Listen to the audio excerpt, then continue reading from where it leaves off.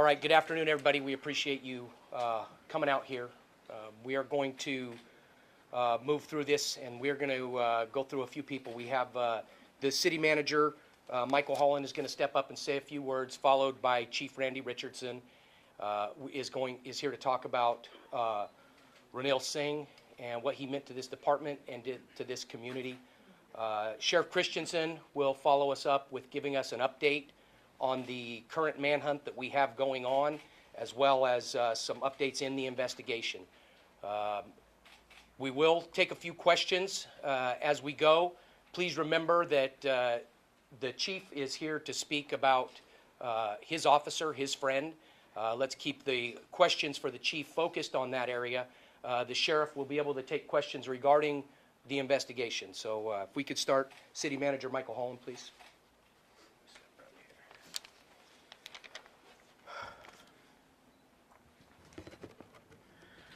There are events that occur in our lives that change us, who we are as individuals and as a community. For too long, these press conferences have been occurring throughout this great country. We have watched from a distance as police chiefs, mayors, and family members have outspoken about their loss and the impact these senseless acts have upon their families and on their communities. Good people throughout these United States, there is a war going on in our country. It is a battle of good versus evil, light versus darkness. Corporal Ronil Singh chose to be part of the light, not just because he put on a badge and protected our community, but in every aspect of his life. Corporal Singh, or Ronil, Ron as we called him, was a light to this community, to his family, and to his Fijian community. People who interacted with Ronil will remember his contagious smile and laugh, and his commitment to treating people fairly and with respect. To his wife Anamika and their beautiful son, his parents, brother, and the entire Fijian community. On behalf of the residents of this community, the City Council, the Newman City Council, and all our employees, please accept our utmost gratitude for the privilege of knowing and working together with Corporal Ronil Singh. He was truly a bright light in our lives. He will be forever missed, but never forgotten. Thank you. All right, Chief, if you want to come up here, please keep in mind this is a very small department. Chief's been having a tough time with this one, so bear with us, okay? Like you said, please bear with me. I know I won't get through this without having to take a few minutes. This is not a big department. This is a department of 12. This is a man that I saw every day he worked. This is a man that I relieved on Christmas Day so he could go home and spend time with his family and his newborn child. I think what's being lost here is, yes, he was a police officer, and that's why all of you are packed in this room, because he was tragically taken from us. But what needs to be known is that he was truly just a human being and an American patriot. Ron was not born in America. Ron was born in Fiji. He came to this country with one purpose, and that was to serve this country. When I took over as police chief, we had some vacancies in the department, and one of my first hires was Ronil Singh. He had a thick accent. He was hard to understand at times because English was not his first language. I believe it was his third language. When I sat with him in the chief's interview, he told me he came to America to become a police officer. That's all he wanted to do. He truly loved what he did. You've never seen a man smile more than him. I know that's said a lot in these things, but you ask anybody He was never in a bad mood. It was unreal. He loved what he did. He loved being a police officer. He loved being a husband. He loved being a father. He loved to hunt. He loved to fish. He loved to go out in the ocean and spearfish, to jet ski, to ride his flyboard.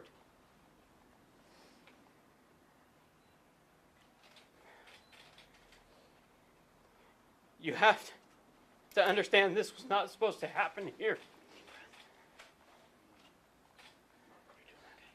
I've been to too many of these funerals, and I never thought ever that I would have to be doing this.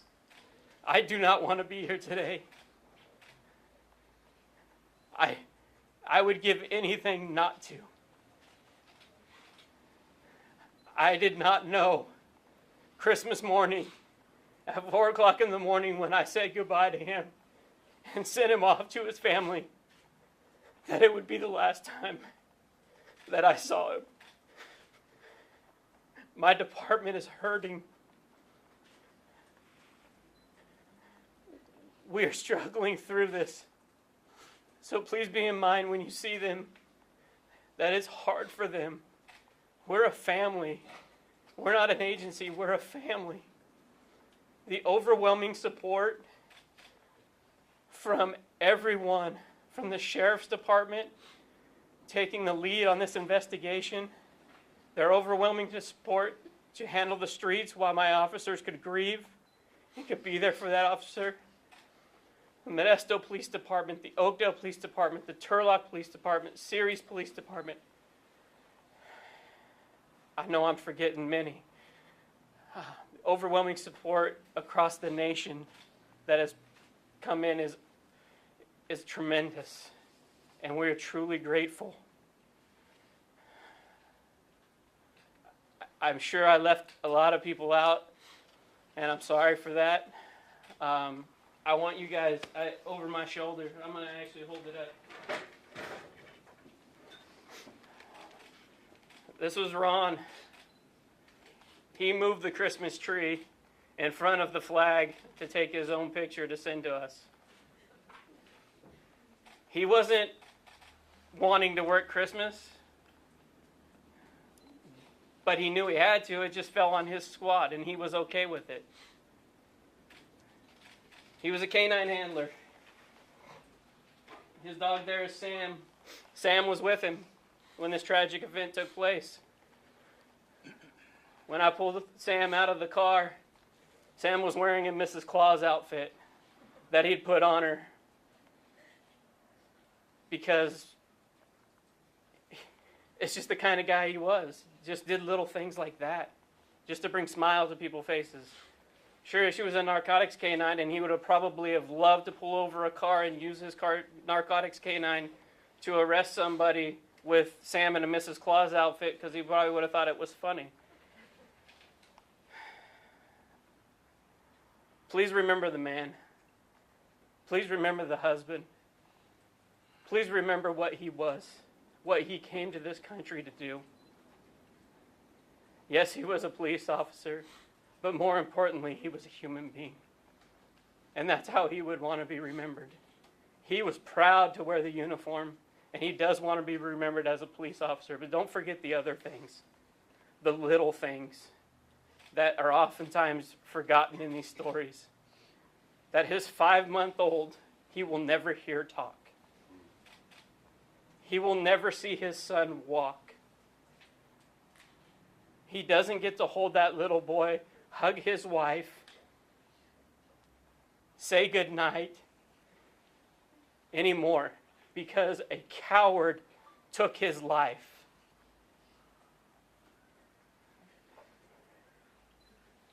Please help us find this man and bring him to justice. I hope he's watching today and he does the right thing and turns himself in. We need closure. His family needs closure. This will never go away, but we need something, a win. We need something so we can move on. Thank you so much for being here. I apologize for my emotions. I hope that Ron is never forgotten. I hope in a week that he is not forgotten. Thank you so much. Thank you. Good morning, everybody. My name is Sheriff Adam Christensen. I'm the sheriff here in Stanislaus County, and we are the agency that's the lead investigator in this senseless act of violence. Let me start by telling you that I'll update you, but as you know, for a variety of reasons, including officer safety, the credibility and integrity of our investigation, we want to be able to deliver to the district attorney a prosecutable case. There are details I'm simply not going to get into. But I also recognize that we live in a world of social media. And social media has a tendency to get ahead of law enforcement. So just because I don't answer the question, don't think for a second that I don't understand that many of you probably already have some of the answers. We have identified a suspect in this case. We are actively pursuing every investigative lead. We have spared no expense. We have multiple teams out following up every lead, and we will relentlessly continue to hunt our suspect down and bring him to justice so that, as the chief said, we can bring closure to this community and this police department. I would offer on behalf of the Stanislaus County Sheriff's Office, the men and women who work there, and as you have seen once again, all of law enforcement come together. We certainly offer our deepest condolences to Chief Richardson, the family, the law enforcement family here at the Newman Police Department, and the community of Newman, who, by the way, in the history of this department has never suffered a line of duty death. Many of us have, multiple times. This suspect, unlike Ron, who immigrated to this country lawfully and legally to pursue his lifelong career of public safety, public service, and being a police officer, this suspect is in our country illegally. He doesn't belong here. He's a criminal.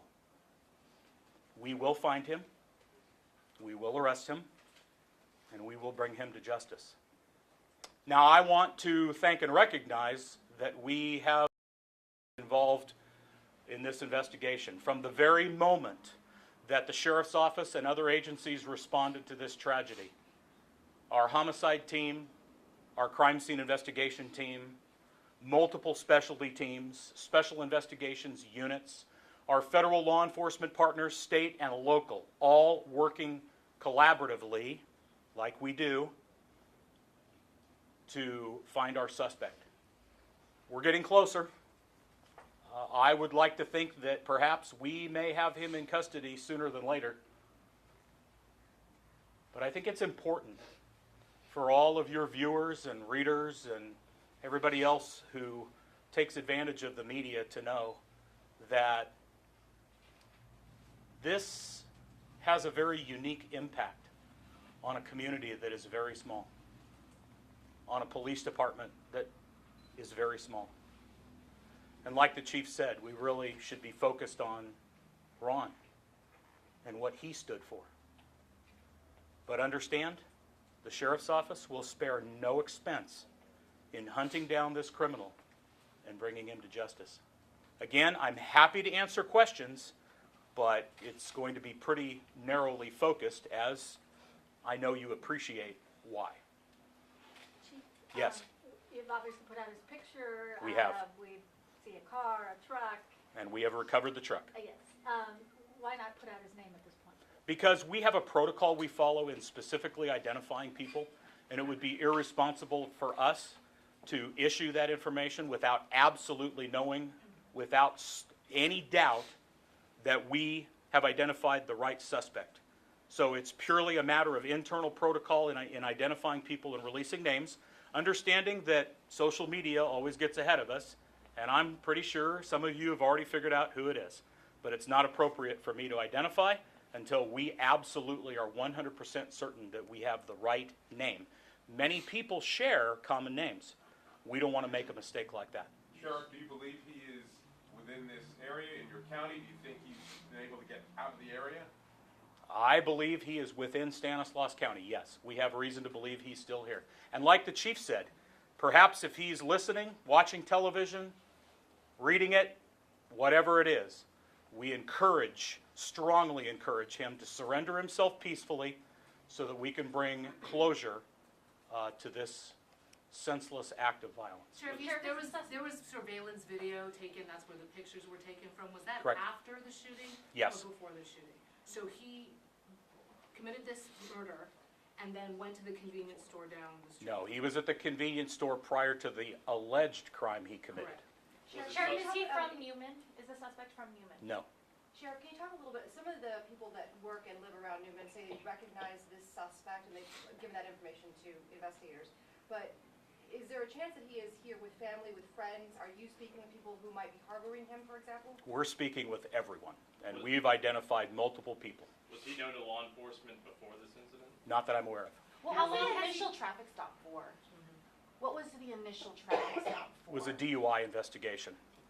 How long has he been in this country illegally? I don't have that right now. Sheriff, can you explain also, the tow truck had the vehicle yesterday on it. Initially, reports were that there were paper plates on the vehicle, but when it was being towed, there was a California license plate on it. How did? I don't know the condition of the vehicle when we took possession of it. Do you know if the suspect has been deported previously? I don't. There were a lot of evidence markers in front of Corporal Singh's vehicle that appeared to be shell casings. Do you know if there was an exchange of gunfire? There was. It was a gunfight. Corporal Singh absolutely tried to defend himself and stop this credible threat. Why was there a blue tarp on the vehicle? It's not unusual for us to tarp vehicles just to minimize the,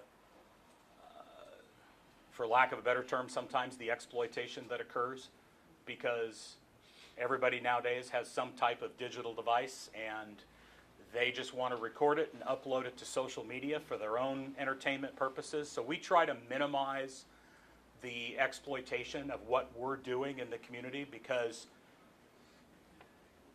again, our priority is to protect not only the safety of our personnel during this investigation, but the credibility and integrity of our investigation. So yes, we typically don't share a lot of information, and all of you know why that is. We have a job to do, and we're going to do our job to the best of our ability. And again, we're going to do everything we can to deliver a prosecutable case to the district attorney.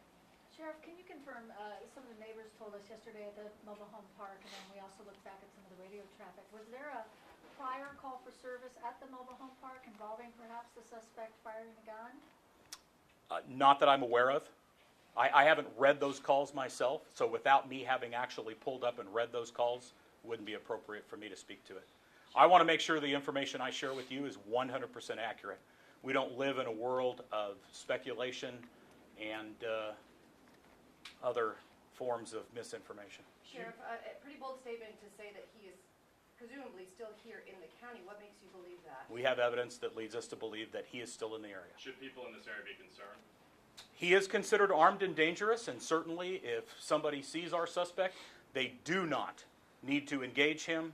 They do not need to try to stop him. Call 911 and let us come and try to safely take him into custody. Do you believe he's wounded? No, we have no evidence to believe that to be the case. Do you believe he was alone at the time of the traffic stop and shooting? I can't speak to that. And whether he received any help once he left the truck at the mobile home? Wouldn't be appropriate for me to speculate or comment on that. Sheriff, neighbors say that they think he has a wife, that he had a young boy, young son that lives with him. Is there any concern that they might be in danger or that they might be with him? We don't believe his family is in danger at this point. What would you like to say to anybody? I'm sorry? What would you like to say to anybody that might be assisting or harboring him? Be careful. You'll go to jail too. Sheriff, are you looking for any other suspects other than the primary suspect? No, we are not. The primary suspect is the only suspect involved in the murder of Officer Singh. How old is the suspect? Off the top of my head, I don't know. I guess I should have been ready for that one. I don't know his age. General age maybe, or ethnicity? Estimated, and again, I typically don't estimate or speculate, but I'm guessing he's probably in his 30s. Was the K-9 Sam injured at all during any of this? And No. can anybody address what happens to him next?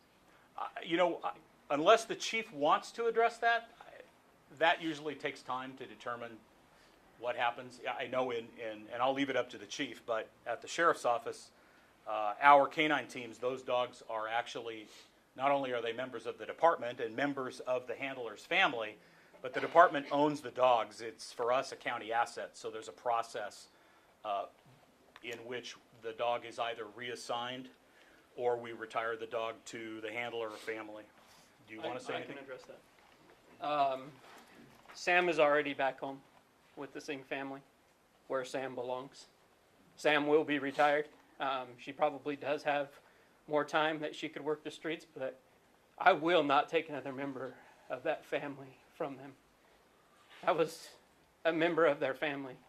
The picture I wanted to show you today, and most of you have probably seen it, is because it hit social media, but I did not have approval from his wife because we couldn't get a hold of her this morning, so I would not show it, is a picture from Christmas Day where it's him, his wife, his son, and Sam. And if you look closely at that picture, he's wearing his uniform. It's not an average Christmas picture where they're dressed. He dressed how he wanted to and what he loved to do. And Sam was a member of that family, and Sam will remain a member of that family. One last thing, I know a department that I forgot to mention was the Oakdale Police Department. They were tremendous in helping us through this. They have sent officers here to work the streets for us, and I apologize for not saying my gratefulness to them when I first spoke, and I want the Oakdale Police Department to know that I'm grateful for all their support. Chief, before you, can you talk about any plans that you guys are making for Officer Singh as far as a procession or how that works? The Modesto Police Department and the Stanislaus County Sheriff's Department are working together, and they're handling that portion because, to be honest, we're overwhelmed and we are not prepared, and we're not prepared for this. And I hope I never have to be prepared for this. I hope this never happens again. They've been tremendous in helping us through this process. So there is a process. They are beginning it, but they're handling it. Chief, can you tell me why or what about law enforcement that Corporal Singh expressed to you, why he was so excited about becoming an officer, what he loved about it? He wanted to serve this country, and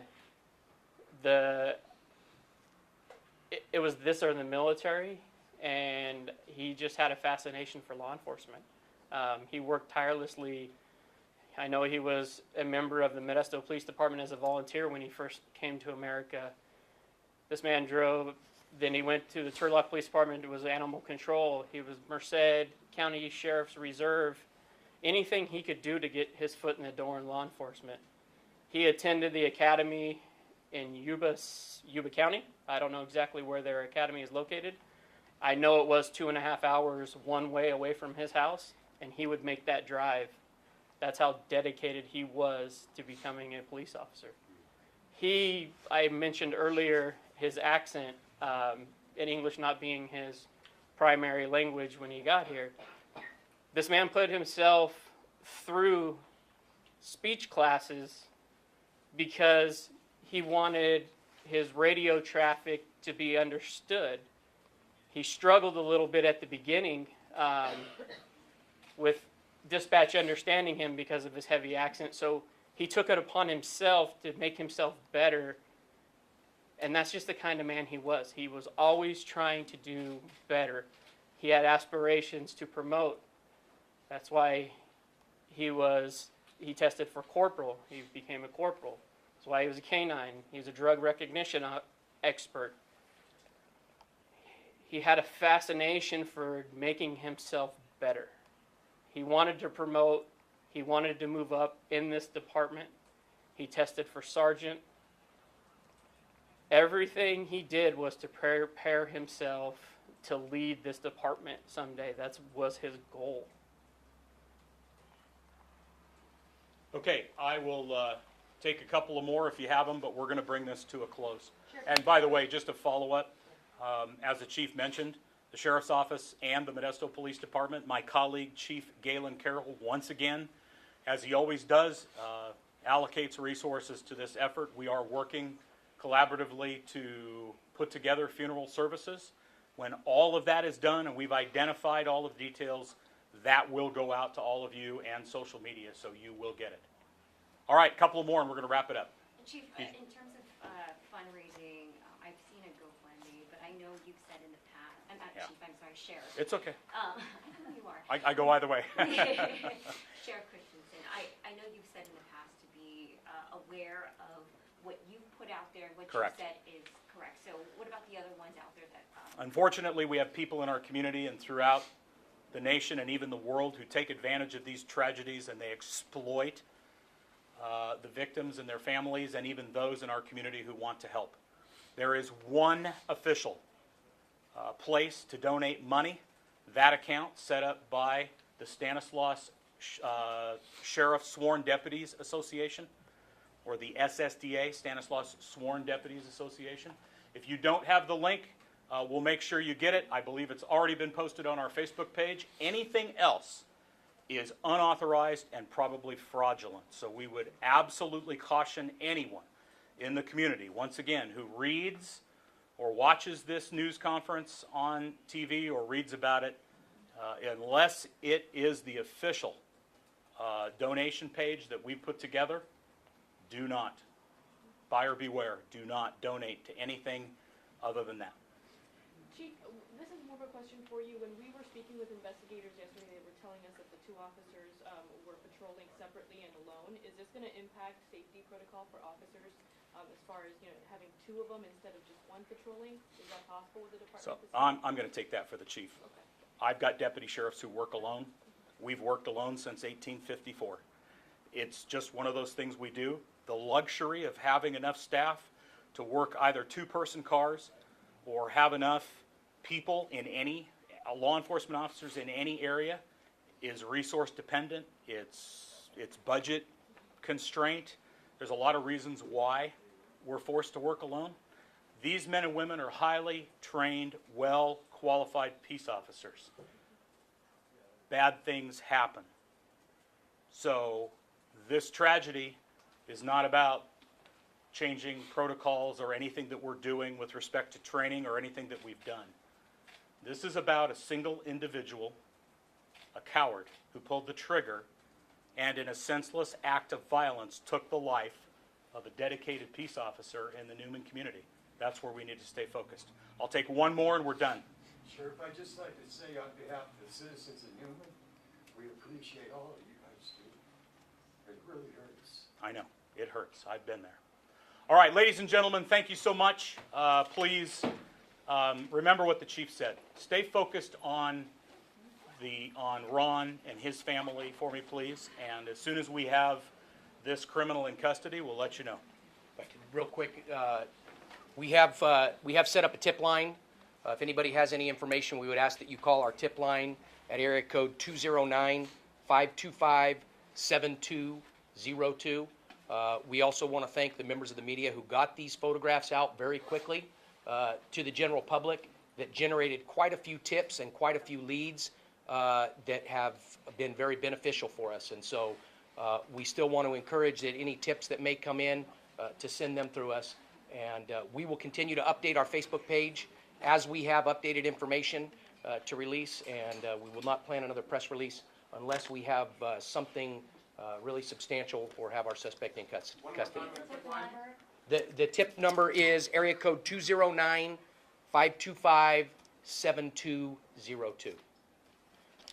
All right, thank you, everybody.